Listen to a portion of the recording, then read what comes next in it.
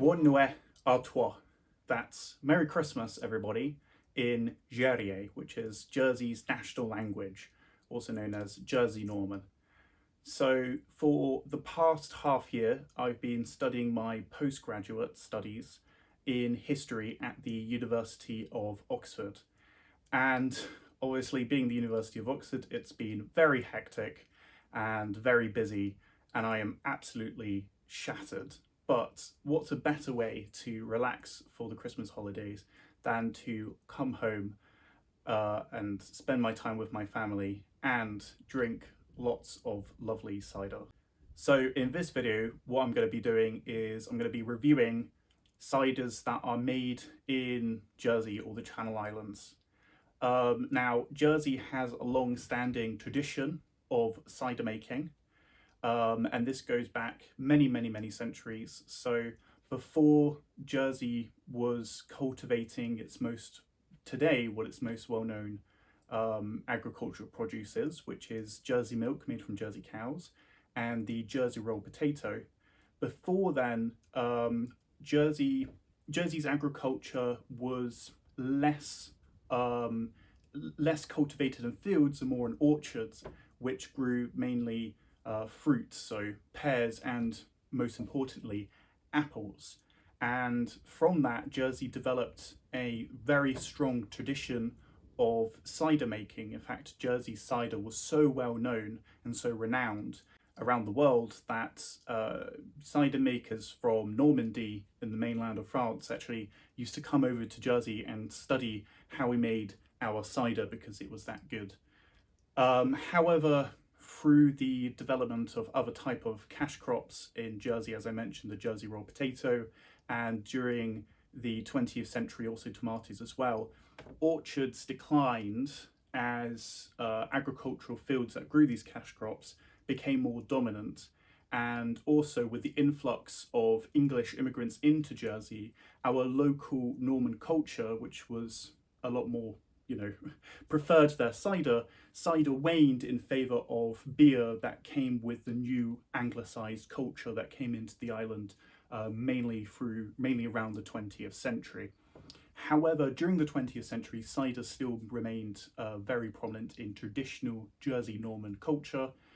Many of the French workers who came over to work in Jersey, and bear in mind that at the turn of the last century, so around about the 1900s, 1910s, 1 in 10 people in Jersey were actually French or mainly Bretons from Bretagne in France. And just like traditional Jersey Norman culture, the Bretons loved their cider as well. So what would happen is when they would work a field, because they came over to work on the fields, when they worked a field, at the hedgerows at the end of the field, there would be rows of cider bottles lined up in the shade to keep cool.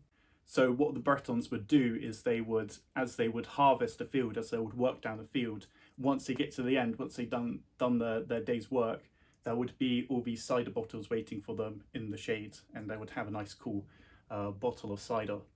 Even though Jersey's culture has changed quite rapidly, the traditional cider making is still preserved in Jersey, although it's not as prominent as what it used to be.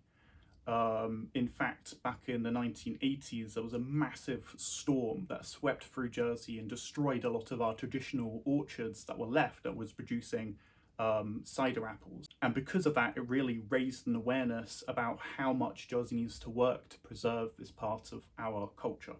And because of that, many people who were interested in Jersey traditional history and culture got together and preserved many of the surviving cider apple trees.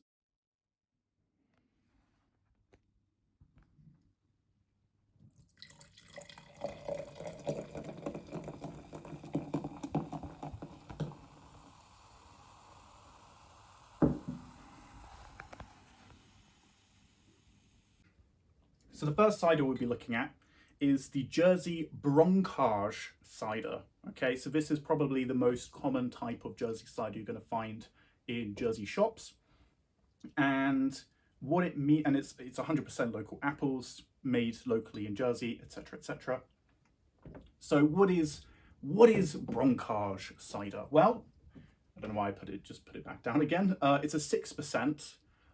It's quite rustic, it's quite tannic, it's reasonably dry. It's not particularly dry, although many people I've spoken to do find it quite dry. I find it quite dry because I'm more used to more sweet kind of ciders.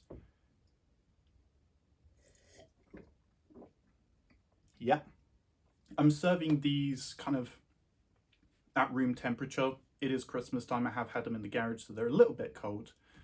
Usually I would serve them chilled, but I just thought just to kind of get a more general idea of the taste, I would have them at room temperature and get more of an idea that way. But I would recommend it chilled in my personal opinion, but that's just my personal preference. So anyway, back to the original question, what is Branquage? And you're probably thinking, isn't that Branchage, right?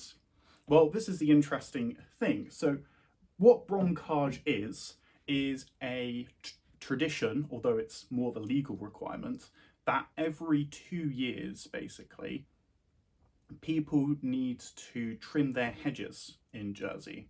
So I think there's one at the beginning of summer, one at the end of summer, more or less, basically. And they need to trim their hedges, and this is known as the Branquage. Well, technically the Branquage is the check to see that you've done it, but I'll get to that point. And it's written here in French, Branchage, but even though it's written in French, people in Jersey pronounce it the Jèrri normal way, the Jersey Norman way, which is Branquage. But for some reason, we usually keep the French spelling, but just say it the Norman way. Not entirely sure why. So you're meant to trim back your hedges, and then officials from the parish, from the local authority, will come around at a certain deadline with long measuring sticks. They used to do all of this by foot, but now they use bicycles. They are slowly getting with the times, I suppose. Pardon me. And they would go around with measuring sticks and make sure that you've trimmed your hedges properly, and they'll go around the entire parish. Each of Jersey's 12 parishes, local officials will go around their own parishes and check everybody in the parish has done their Branquage.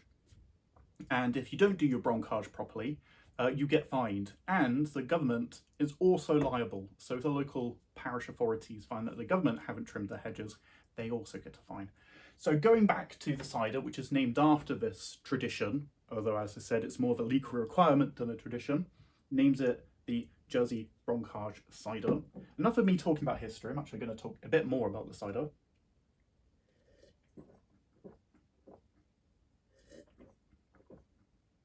And actually have this in a Jersey Branquage branded cider glass. Now, I'm definitely a cider person. I absolutely love cider. I'm very proud of that part of my heritage. It's a main drink that I drink usually. I really like the variety and the kind of fruity flavours that cider gives you.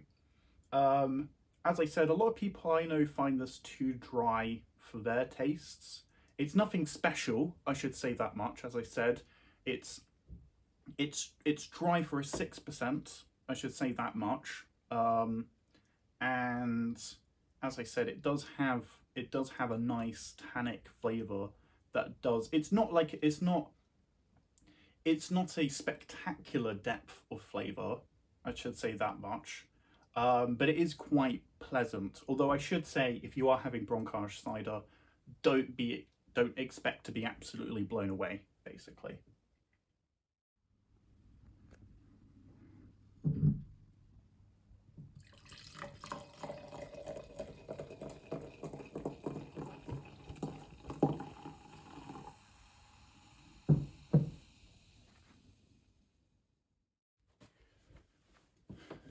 So the next cider I'll be looking at, I did say these are all Jersey ciders, but in truth, this is in fact a Channel Island cider, which is another way of saying it's from Guernsey.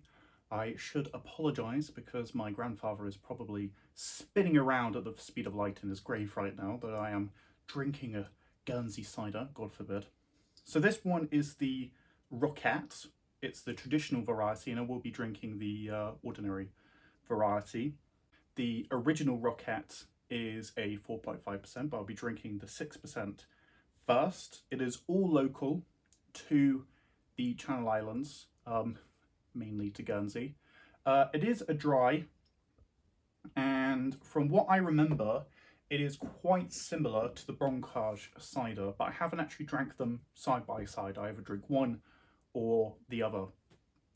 And I don't usually have the traditional because I am a Jersey patriot. I have the Branquage usually.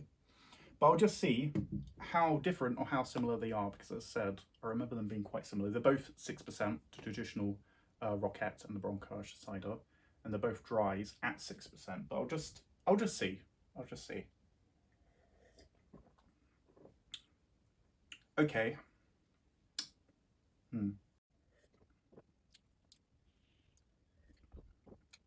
Oh my goodness. Okay, you know what I'm gonna have to do?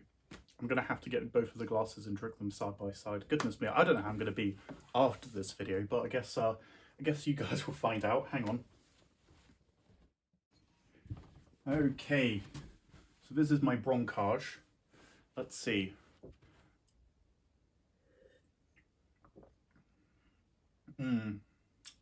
It's a bit more mellower. As I said, it has that kind of... It's definitely drier. This is the Rocquette. And this one, the taste of the Rocquette is a bit sharper, and it's a bit deeper than the Branquage. The Branquage's flavour is a bit flatter, so to say. Yeah. Yeah, I think the Rocquette has a bit more depth of flavour, but if dry cider isn't really your thing, then maybe that's a good thing. Though, if dry cider isn't your thing, I probably wouldn't recommend either of these. So if dry cider is your thing, I'm sorry to say, I'm going to have to recommend the Guernsey cider, because it does have, for 6%, it does have that more depth of flavour to the Branquage. But because I'm a sweet-toothed wimp, I do prefer the Branquage, actually.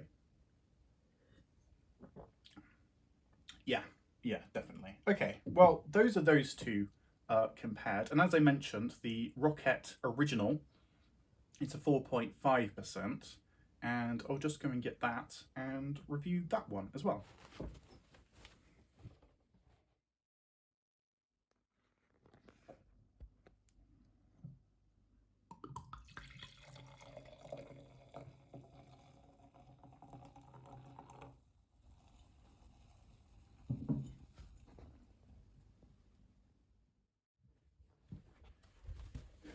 Okay, so this one is the, as I said, the original Rocquette, or the Rocquette Exceptional Cider.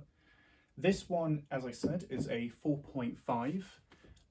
It's quite light. I don't know if it's technically considered a medium, but I would consider it a medium. So yeah, if you want something local to the Channel Islands, but a bit lighter, it's still quite rustic, I should say. It's not a sweet cider, but you do get more of that sweetness and more of that lightness coming through in the flavour. So if that's something that sounds good to you, 4.5, still rustic, still has tannic depth of flavour, but a bit sweeter than what I described with the traditional Rocquette or the Branquage, then I should probably recommend that you give this one a try. Despite it being from Guernsey, I should add. Right, that'll be enough of that one. So, just as I got 2 Rocquette ciders, I also got 2 Branquage ciders as well.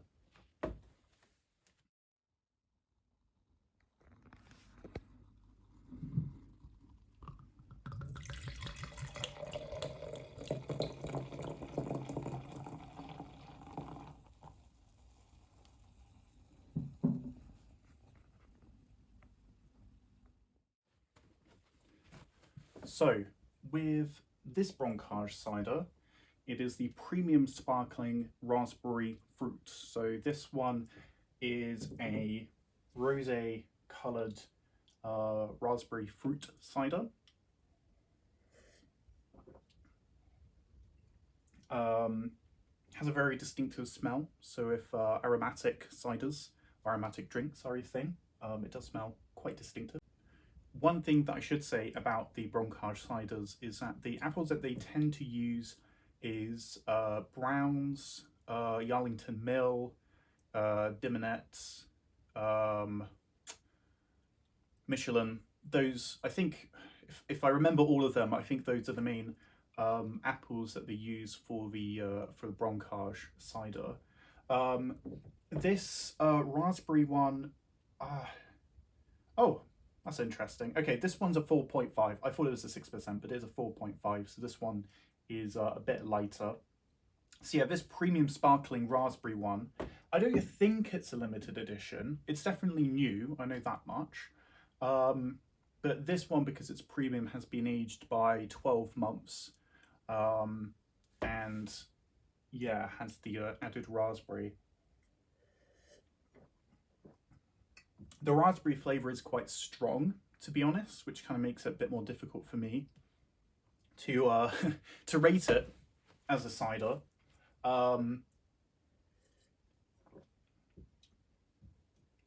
In my personal opinion, I feel like the raspberry is a bit too strong. You know, raspberry has quite a strong flavour to it, especially in a drink. Yeah, it's not quite, you know, it's not like a Kopparbergs and other kind of flavored ciders, because it does have a traditional rustic cider base to it, and the raspberry taste is really strong. So it is, in a way, you know, kind of like drinking a kind of raspberry drink. It is very raspberry. That's what I'm getting across. Yeah, not my favourite out of the ones we're going to review today, but if you like raspberry, this, because of its strong taste, I would probably recommend. And that will take us on to the last and final ciders, and out of all of them, my favourite.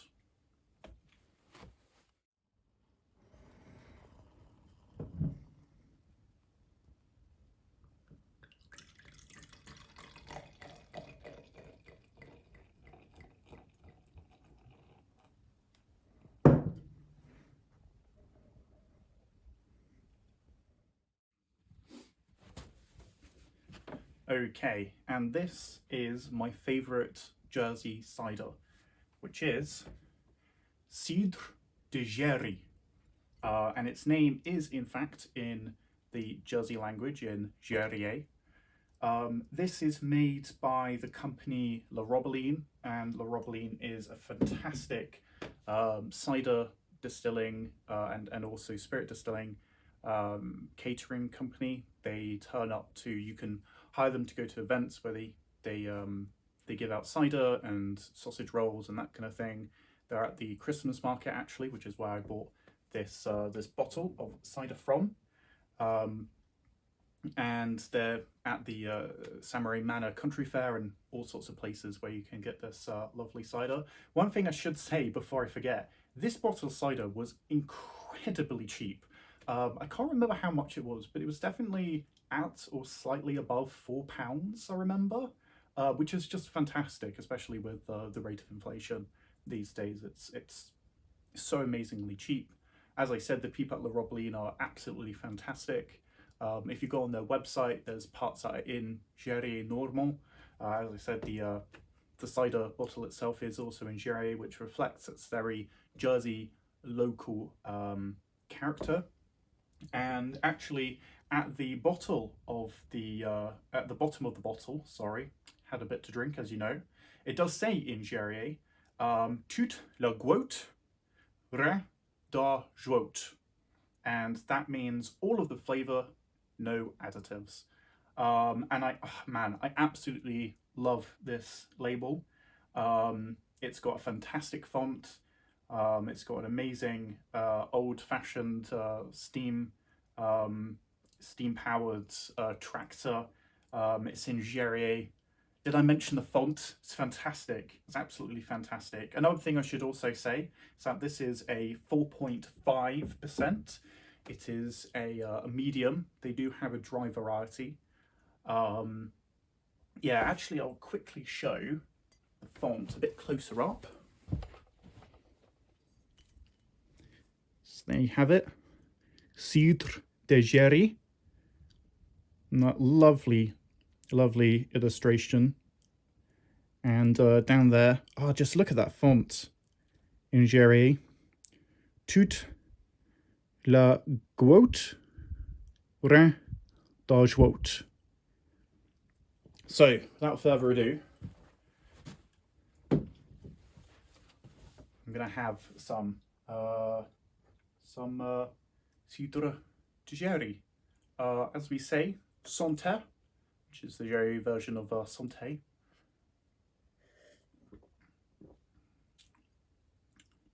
Yeah, fantastic. Absolutely fantastic.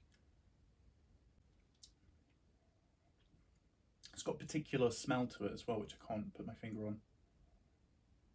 It's very like countryside. It's a very countryside smell. I can't quite...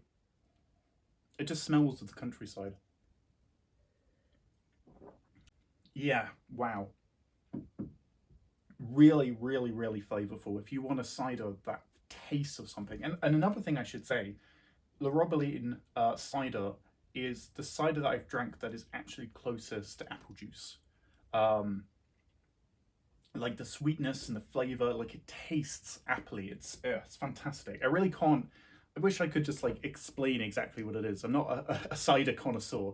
It seems the part of making a video reviewing cider, but no, I'm just a proud Jerseyman showing off our apple drink produce.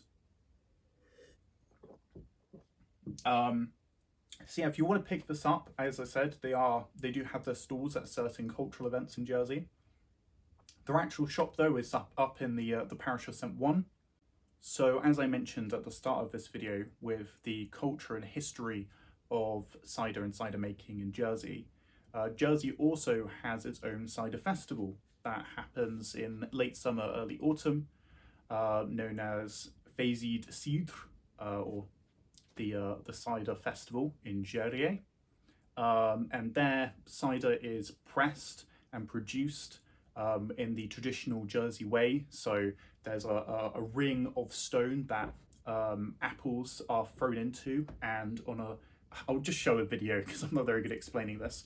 A big stone wheel is pulled by a horse around this stone trough, basically, with all the apples in, and the horse pulls this stone wheel, which then crushes all of the apple into apple pulp, and then all of this is chucked into a press, and then it's pressed into apple juice, and then that gets fermented.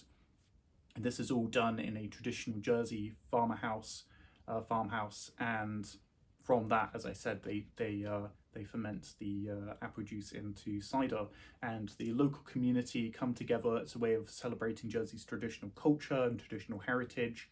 And it's a great way to, get together. Even if you're not a drinker, you can just, in fact, it's, easier actually, because you can just drink the apple juice as it comes off straight from the press, and you get to see the traditional way that cider was produced. People volunteer to pick all the apples and to skin the apples, and people just come together as a community, and it's really, really nice. And it's a great way that not only is traditional culture preserved, but also the great thing that comes from traditional culture, which is that sense of community, that sense of being together with people from the local community, getting to meet up with people, just having fun. And at the end of it, people get to drink good old cider. So anyway, I'll leave it there. I won't do a ranking list or anything like that. I would genuinely recommend all of them. Obviously, La Robeline is my favourite, although I really do like Branquage, and also Rocquette is also very, very good. So yeah, I hope you had a very Bonne Nuit, very Merry Christmas, and all the best for the new year. À bientôt et à la prochaine. Faites du bon cidre, il faut des bonnes pommes. Ah, tu l'as dit. Ah oui. Il faut que ça marre, pas trop dur. Pas magique. Oui, pas magique. Eh ben, santé, mon vieux. Oui, santé. Ma petite, santé. Santé, mais Oui, hein. Mais Bon, oui. comme d'autres. Oui.